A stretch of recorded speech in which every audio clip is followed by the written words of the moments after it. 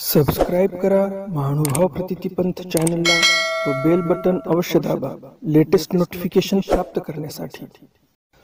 दंडवत प्रणाम। जय श्री कृष्ण। लीळा चरित्राच्या आजच्या ज्ञान सत्रामध्ये आपण 3 ते 4 चरित्र पाहणार आहोत, ज्यामध्ये पहिलं चरित्र आहे रावणा पेंध्या भावानुवादू। रावणाचा आणि पेंध्याचा भाव कसा होता त्या संदर्भामध्ये सर्वज्ञ श्री चक्रधर स्वामी अनुवाद करतात, म्हणजे सांगतात, बोलतात। दुसरं चरित्र आहे सिद्धनाथा विडा वाहणे। सर्वज्ञ श्री चक्रधर स्वामींनी घटसिद्धनाथ येथे जे काही सिद्धनाथाचं मंदिर होतं, त्या सिद्धनाथाच्या मंदिरामध्ये जाऊन त्या महादेवाच्या पिंडीला विडा वाहिलेला आहे स्पर्श करून। तर तुम्हा सर्वांच्या मनामध्ये प्रश्न येईलच की महादेवाच्या पिंडीला स्वामींनी का विडा व्हावा, आणि साहजिकच आहे प्रश्न तुमच्या मनामध्ये येणारच। तर याही प्रश्नाचं उत्तर आज तुम्हाला प्राप्त होणार आहे, मिळणार आहे की स्वामींनी महादेवाच्या पिंडीला विडा का वाहिला। अत्यंत महत्वपूर्ण आजचं ज्ञानसत्र आहे आणि त्यामुळे व्हिडिओ शेवटपर्यंत पहा। जे काही तुमच्या मनामध्ये प्रश्न असतील या संदर्भामध्ये, त्या सर्व प्रश्नांची उत्तरं तुम्हाला आजच्या या ज्ञानसत्रामध्ये मिळणार आहेत। ब्राह्मणीय वस्ती, ब्राह्मणी नावाचं गाव आहे, तिथे स्वामी मुक्काम करतात। प्रतिष्ठानी गणपतमढी अवस्थान, पुन्हा स्वामी पैठणला जातात आणि गणपत मठामध्ये स्वामींचा मुक्काम होतो, तिथे स्वामी अवस्थान करतात, म्हणजे राहायला लागतात। तर हे 3-4 चरित्र आज तुम्हाला ऐकायला मिळणार आहेत, ज्यामध्ये भरपूर काही ज्ञान आहे आणि नेहमीच्याच प्रमाणे तुम्हाला हे ज्ञानसत्र नक्कीच आवडणार आहे। आणि म्हणून लगेच या व्हिडिओला लाईक करा आणि जास्तीत जास्त आपल्या वासनिक मंडळीपर्यंत हा व्हिडिओ शेअर करा, म्हणजे त्यांनाही या ज्ञानाचा लाभ होईल। कालच्या ज्ञानसत्रामध्ये मी तुम्हाला प्रश्न विचारला होता, एकीकडे स्वामी जिथे हिंसा वर्तते तिथं राहत नाहीत, आणि आपण जर नवरात्रामध्ये किंवा 24 तास 365 दिवस धरून घ्या, तुम्ही आयुष्यभरामध्ये जे काही तुम्ही हिंसक माणसाकडून सामान घेता, हिंसक माणसं म्हणजे कोण, तर मुस्लिम, किंवा हिंदूंमध्ये पण हिंसक माणसं असतात जे लोक धाबे चालवतात, मुसलमानांच्या दुकानाहून नॉनव्हेज आणतात आणि स्वतःच्या हॉटेलमध्ये तयार करून लोकांना खाऊ घालतात, हे पण हिंसकच आहेत, हे पण तामसच आहेत। तर मग हिंदू असो किंवा मुस्लिम असो, जे हिंसक आहेत त्या व्यक्तींपासून आपण फार लांब राहिलो पाहिजे, दूर राहिलो पाहिजे।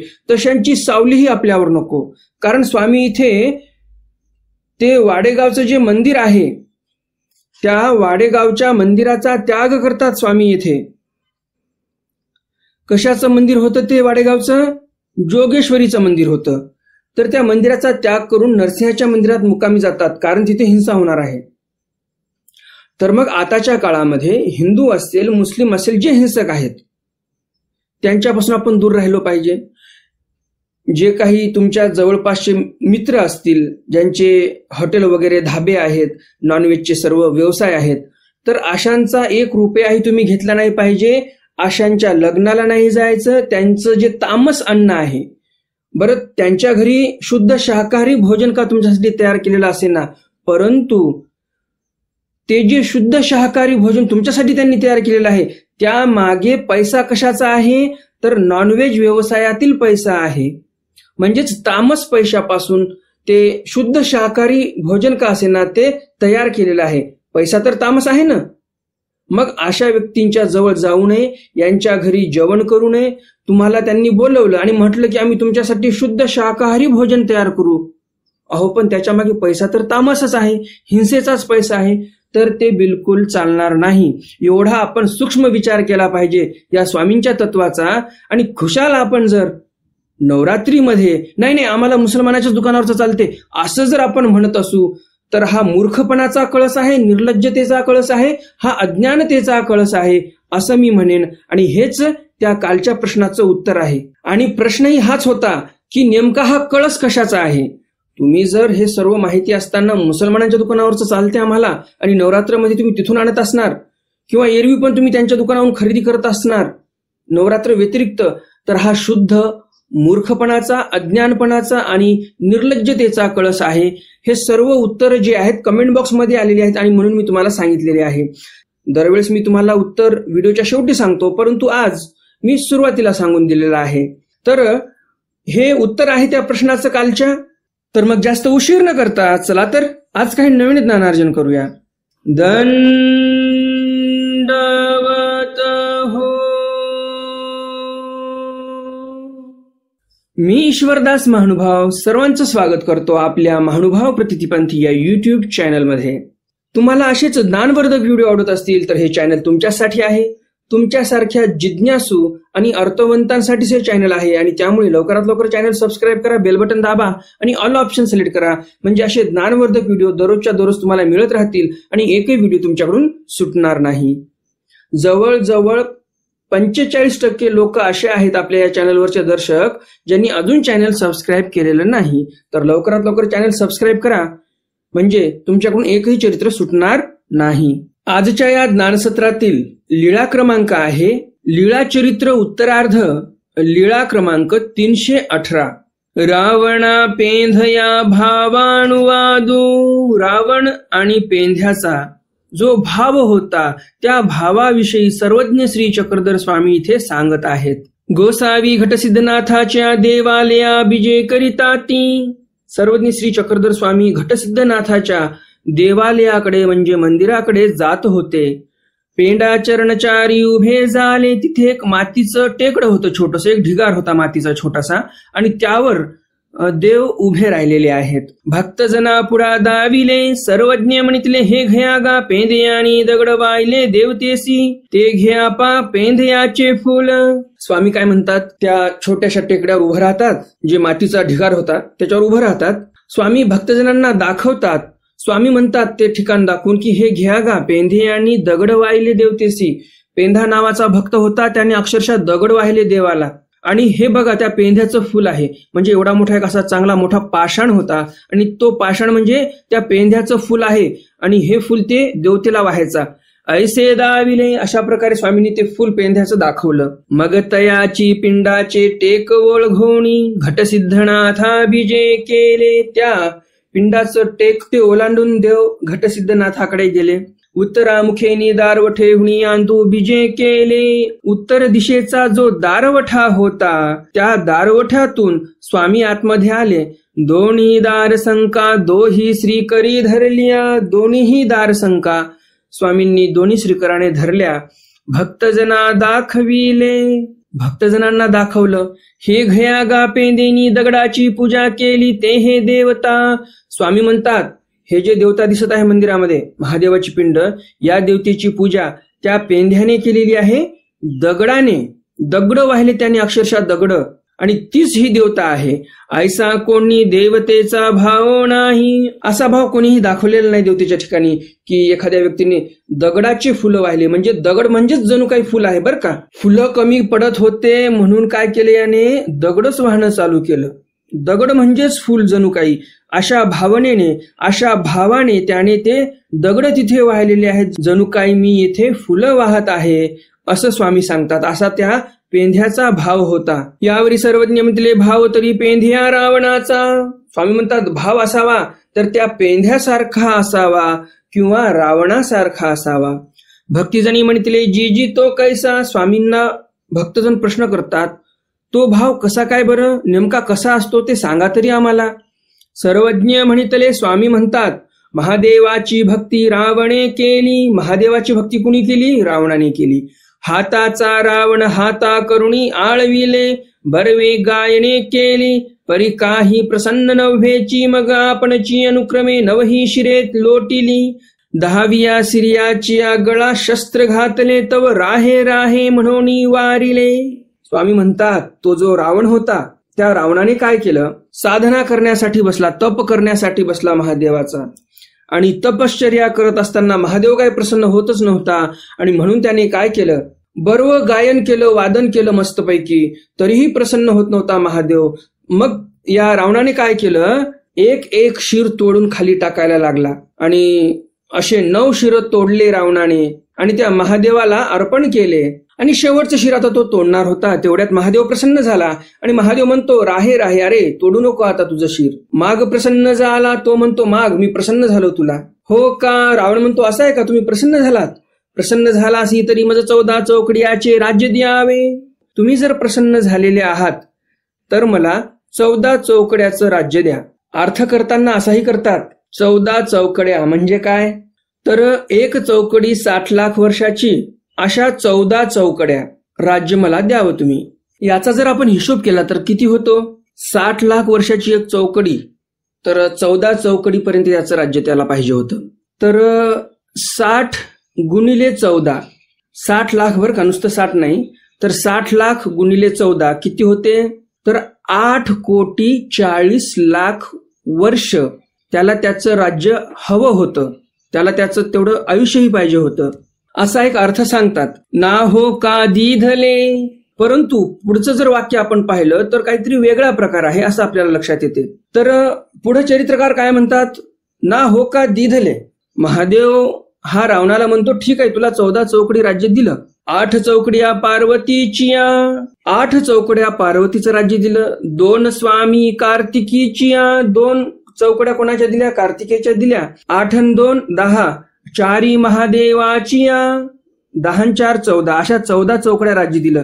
म्हणजे या वाक्यावरून असं लक्षात येते आपल्याला की महादेवाने या पार्वतीचं, या कार्तिकेचं आणि महादेवाच्या यांच्या अखत्यारीत जे काही राज्य होतं ते 14 चौकड्यात दिलेलं आहे, असा अर्थ आपल्याला इथे दिसतो. भावे ऐसे झाले सर्वज्ञ म्हणितले भाव आणि येतो फळद. तर तो भाव त्याचा चांगला होता म्हणून त्याला तेवढं राज्य मिळालेलं आहे. सर्वज्ञ म्हणितले तैसेची पेंधेनी भाव केला, त्याचप्रमाणे या पेंध्याने पण भाव केला. पहिले देवतेस फुलवाये, पहिल्या देवतेला फुल व्हायचा, ती न पुरती, फुल काय पुरत नव्हते, संपत होते फुलं, संपून गेले फुलं समजून घ्या. मग पाला खोडे वाये, फुलं संपले झाडाचे म्हणून पाला व्हायला लागला, पालाही संपला, मग लाकडं व्हायला लागला फांट्या तोडून, तीही न पुरती, ते पण पुरत नव्हत्या. मग खडे गोटे वाये, आणि मग तो खडे गोटे व्हायला लागला, आता काही नाहीच व्हायला, मग आता पूजा तर करायची देवतेची, मग खडे गोटे व्हायला लागलेला आहे. आता हे कशामुळे असं करतो तो, हेही तुम्हाला समजणार आहे, तुम्ही फक्त व्हिडिओ शेवटपर्यंत पहा.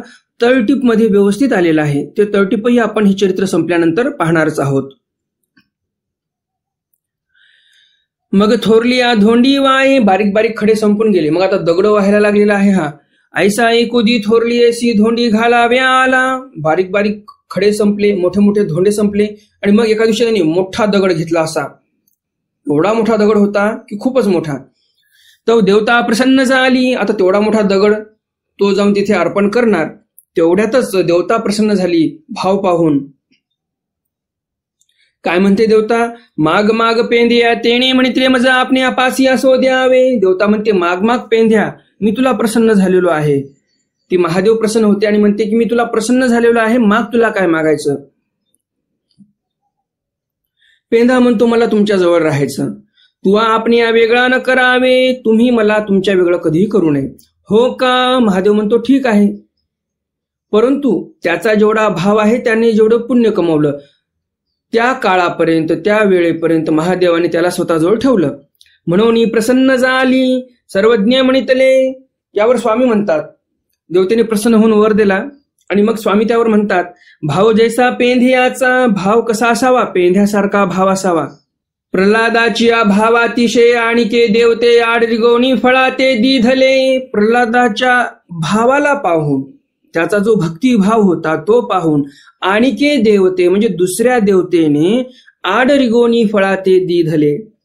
भाव साधन एवढं जबरदस्त आहे, एवढं सामर्थ्यवान आहे की देवतेलाही तो भाव झेपत नाही. जर या जीवाने खूपच भावपूर्वक साधना केली तर एक काळ असा येतो ज्या देवतेची हा जीव साधना करत आहे त्या देवतेलाही याच्या भावाला पाहून फळ देणं शक्य होत नाही, आणि त्यावेळेस या जीवाचा भाव त्या देवतेच्या पलीकडे जातो आणि समोरची देवता फळ देते.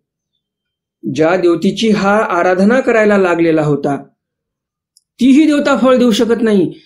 एवढा जबरदस्त भाव असतो एखाद्या जीवाचा, याला भाव साधन म्हणतात. आता ह्यामध्ये असंही म्हणतात की भाव साधनाने ईश्वराची प्राप्ती पण होत असते. हा पाठभेदाचा निर्णय आहे. तर इथे प्रल्हादाचा भाव एवढा वाढलेला होता. प्रल्हाद कोणाची भक्ती करायचा, तर विष्णूची भक्ती करायचा. तर विष्णूच्या पलीकडे याचा भाव गेला होता आणि वरील देवतेने मग या प्रल्हादाला फळ दिलेलं आहे. आणि म्हणून काय म्हणतात स्वामी, भाव आणि येत फळ द, भाव आणि येत फळ दे. म्हणजे भाव जे आहे ते अनियत फळ देते. म्हणजे एखाद्या जीवाने भाव साधन आचरलं तर ते भाव साधन अनियत म्हणजे ठरलेलं फळ नाही, अनियत फळ देते. तुमचा भाव जेवढा वाढेल तेवढा तो भाव वर जाईल आणि तेवढ्या श्रेष्ठ देवतेची प्राप्ती करून देईल. याला भाव साधन म्हणतात. प्रल्हादाच्या कैवारा भूते कवतरले त्याच्या कोपा परवते चराचर विश्वन पुरे. स्वामी म्हणतात प्रल्हादाच्या कैवाराला, प्रल्हाद हा जो भक्त होता याचा कैवार घेऊन एक देवता अवतरली. त्या देवतेला इथे स्वामींनी भूत असं म्हटलेलं आहे. भूत का म्हटलं, कारण ती देवता एकदम शौच दीन रंक अशी देवता होती. कशी रंक होती, कशी दीन होती, तर ती देवता होती एकदम शेवटची देवता, जी कर्मभूमीची देवता आहे त्या देवतेतील एकदम शेवटची देवता. म्हणजे 81 कोटी 1,10,00,000 देवता आहेत, तर एका आकड्यापासून आपण मोजत आलो. एक माया, दुसरी विश्व, तिसरी भैरव, आता भैरवामधले 8, असे एक एक एक क्रमाने आपण मोजत आलो. तर शेवटची 81 कोटी 1,10,00,000 देवता म्हणजे एकदम खालची देवता, म्हणून तिला भूत असं देवाने म्हटलेलं आहे. हीन आहे सर्वांपेक्षा ती देवता. त्याला दारवंठेकारीण असंही बोलतात कर्मभूमीची. तर अशी देवता तिथे अवतरलेली आहे. परंतु तिच्या मनामध्ये कोप किती होता, एवढा राग आलेला होता तिला की चराचर विश्व न पुरे. तिला असं वाटत होतं हे सगळं चराचर विश्व मी नष्ट करून टाकू का, संहार करून टाकू का, एवढा क्रोध आलेला होता, एवढा कोप आलेला होता मनामध्ये. मग गोसावी घटसिद्धनाथाच्या देवळा विजय केले. मग स्वामी घटसिद्धनाथाच्या मंदिरामध्ये गेले. बाईसी झाडवणी आसन केले. बाईसांनी जागा झाडली, आसन रचलं. गोसावी आसनी उपविष्ट झाले. स्वामी आसनस्थ झाले. श्रीचरण प्रक्षाळिले. स्वामींचे श्रीचरण धुतले. विळीचा पूजावसर झाला. संध्याकाळचा पूजावसर तिथेच झाला स्वामींचा. व्याळी झाली, विडा झाला. व्याळीही झाली स्वामींची तिथेच. व्याळी केल्यानंतर स्वामींनी तिथेच विडा पण घेतला. भक्तजना प्रसादू झाला. भक्तजनांना प्रसाद मिळाला. चौकी वस्ती झाली. घटसिद्धनाथाच्या मंदिरामध्येच चौकामध्ये आसन झालं, तिथेच सर्व काही झालं आणि तिथेच स्वामींचा मुक्काम झाला. तिथेच स्वामी झोपलेले आहेत. आता आपण तळटीप पाहूया.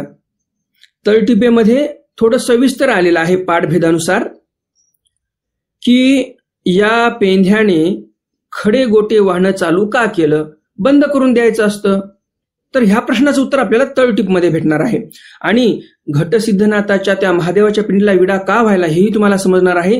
धीर धरून व्हिडिओ शेवटपर्यंत पहा, तरच तुम्हाला या अलभ्य अशा ज्ञानाचा लाभ होईल.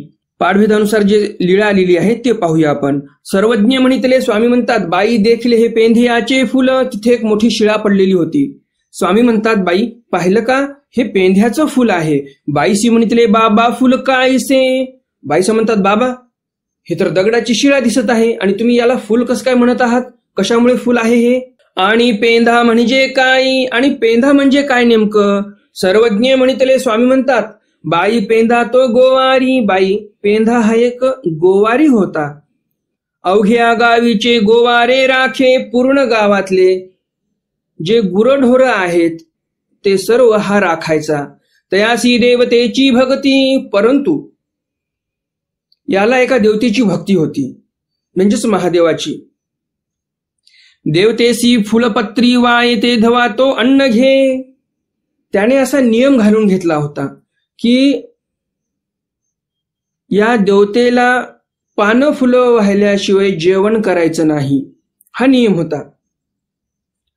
ऐसा तयासी नेमू, असा नियम होता.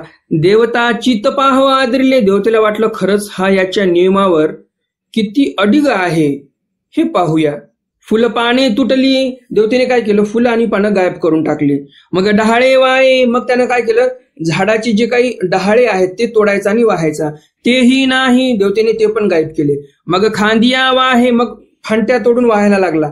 त्याही नाही, ते पण संपले किंवा देवतेने गायब केले. अविरीखन पडले. अवर्षण पडलं म्हणजे दुष्काळ पडला. आता दुष्काळ पडला, पाऊसच पडत नाही म्हटल्यावर कशाला झाडाला पानं येतील, कशाला फुले येतील, काहीच येणार नाही. तेने म्हणितले, मग तो पेंदा म्हणतो, देवतेची पूजा करीन ते धवा अन्न खाईन.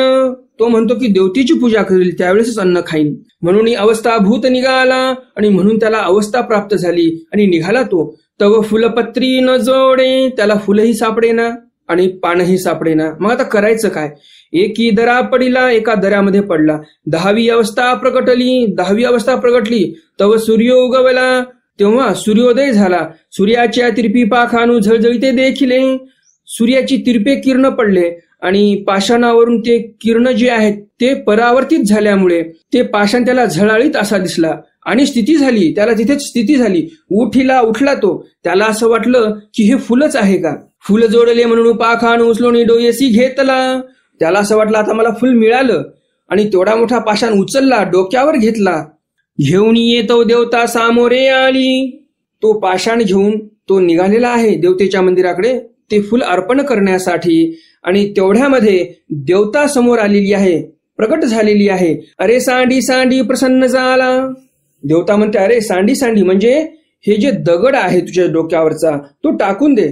हा पेंदा म्हणतो, तू कोण आहेस? मी सिद्धनाथू. ती देवता म्हणते, मी सिद्धनाथ आहे. म्हणजेच तू ज्या महादेवाची भक्ती करायचा तो महादेव मी आहे. माग माग प्रसन्न झाला. महादेव म्हणतो, माग माग मी तुला प्रसन्न झालो. तेने फुल ठेविले, त्याने तिथेच फुल ठेवून दिलं. चरणासी लागला, पाया पडला. दोन्ही अदृश्य झाले, दोघही अदृश्य झाले. देवता फळासी नेला ते हे पेंद्याचे फुलबाई. देवतेने त्याला फळाला नेलं आणि हे जे दगड इथे पडून आहे तो दगड म्हणजे त्या पेंद्याचं फूल आहे असं स्वामी इथे सांगतात भक्तजनांना.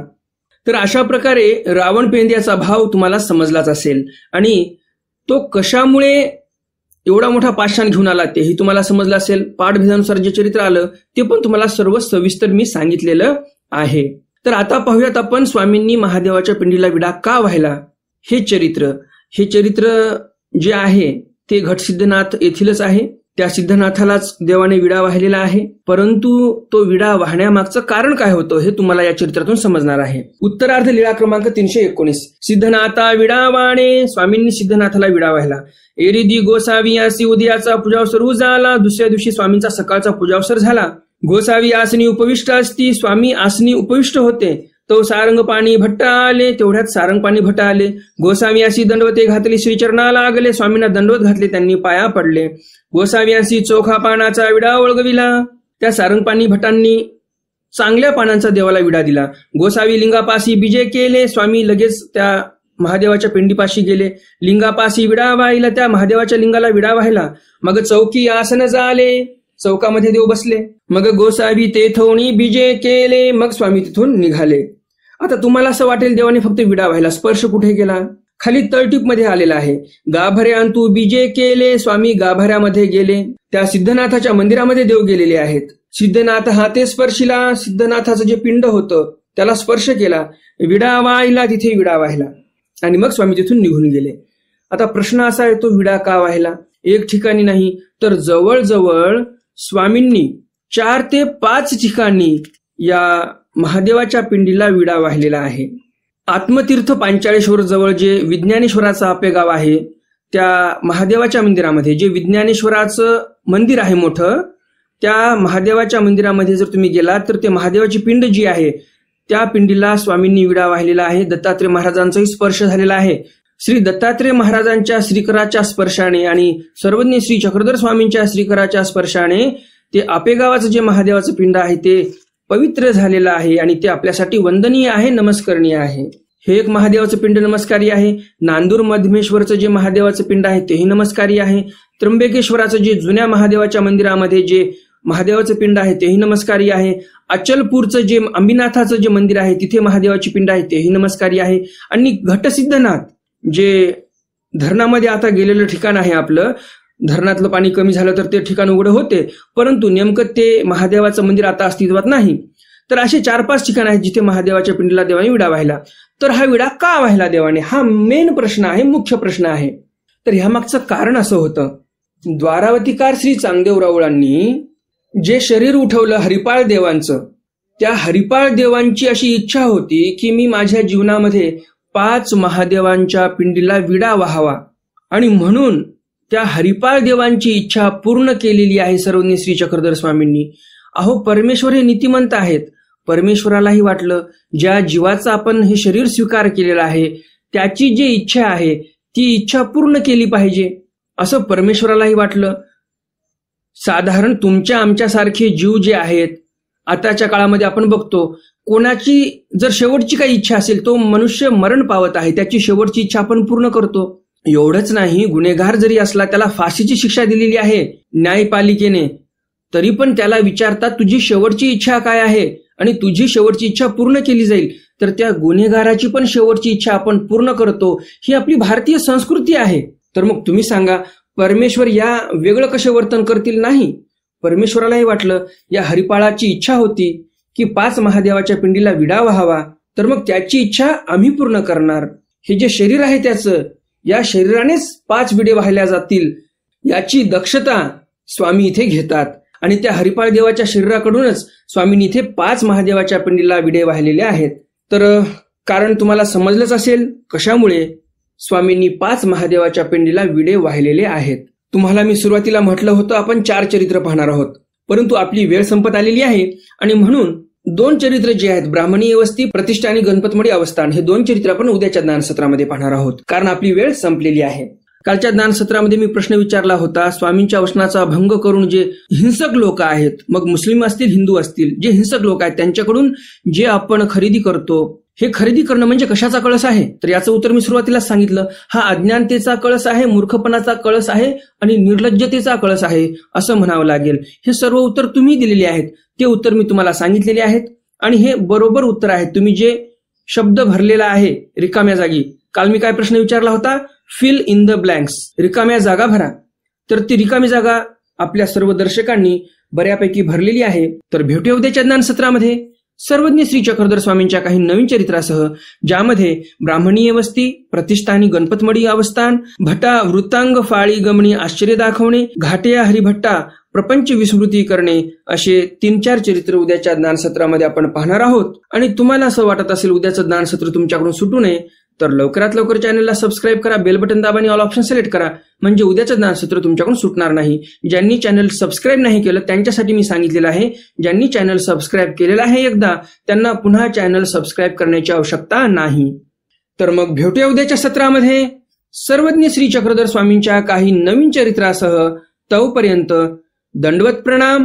जय श्री कृष्ण. दंड